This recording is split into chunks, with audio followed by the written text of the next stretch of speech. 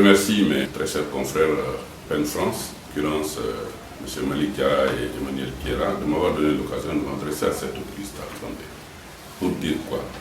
Pour dire que dans le contexte du Mali, pays central, pays focal, pays à la portée historique, à la perspective historique assez particulière dans le contexte africain,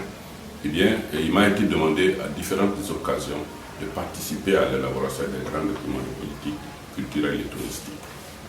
Je retiens, à la suite d'autres tentatives, la grande étude que j'ai réalisée pendant 2 ans, de 2005 à 2007, et qui est intitulée Cadre de référence de politique culturelle du Mali, avec une préface du ministre Cheikh Oumar Sissoko qui m'avait commandé ce travail. Et ce document a été utilisé et continue à être utilisé par beaucoup de personnes comme étant un repère pour très certainement lire le passé et puis se projeter à travers les propositions et les recommandations. Une deuxième étude doit être mentionnée ici, lorsque l'organisation Acte 7, dirigée par le président Adama Traoré, président de la coalition malienne sur la diversité culturelle, lorsque le président Adama Traoré m'a demandé de faire une étude sur les arts plastiques du Mali, en tenant compte toujours de la perspective historique, à savoir l'histoire des arts plastiques dans notre pays depuis toujours. Eh bien, j'ai réalisé ce travail, le guide des artistes plasticiens du Mali, avec 60 artistes plasticiens et ateliers. La dernière étude dont je vais parler, qui encadre mon propos d'aujourd'hui, c'est l'étude sur le secteur du livre au Mali. C'est une étude, un appel d'offres international lancé par l'Organisation malienne des éditeurs de livres et Agritem Canada, étude que j'ai importée, et à l'issue de laquelle l'ouvrage dont il est question a été publié. Ces 3 documents indiquent clairement que dans le grand foisonnement culturel du Mali d'hier, du Mali d'aujourd'hui, et dans les perspectives culturelles qui sont les nôtres, eh bien, la diffusion des œuvres tient une place extrêmement importante. On peut dire que cela a commencé depuis toujours. Lorsque les manuscrits à Tombouctou avaient plus grande valeur que toute autre marchandise, du XIIIe au XVe siècle,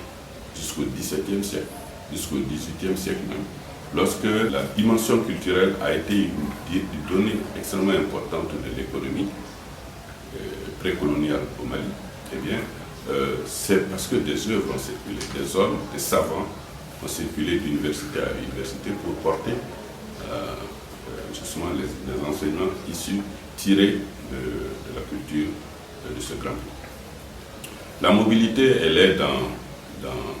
les arts contemporains, les créativités contemporaines, dans la mesure où, s'agissant des arts plastiques, lorsque nous avons réalisé cette étude sur les artistes plasticiens du Mali, à l'époque, les artistes plasticiens étaient méconnus, ne vendaient pas, étaient confinés dans des ateliers, étaient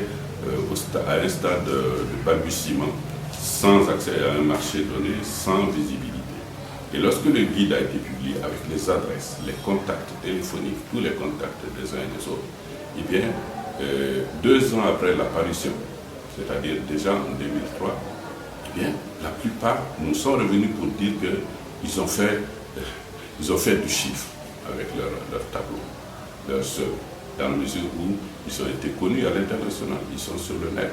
ils ont réussi à se vendre et ils continuent à recevoir énormément d'offres d'achat. Alors, s'agissant du livre dont il sera question dans une des séquences de cet échange qui nous réunit, eh bien, le livre est par définition porté par la mobilité, par la distribution, par la diffusion. Et l'étude que nous avons faite sur le secteur du livre au Mali récapitule les grands écrivains depuis ceux du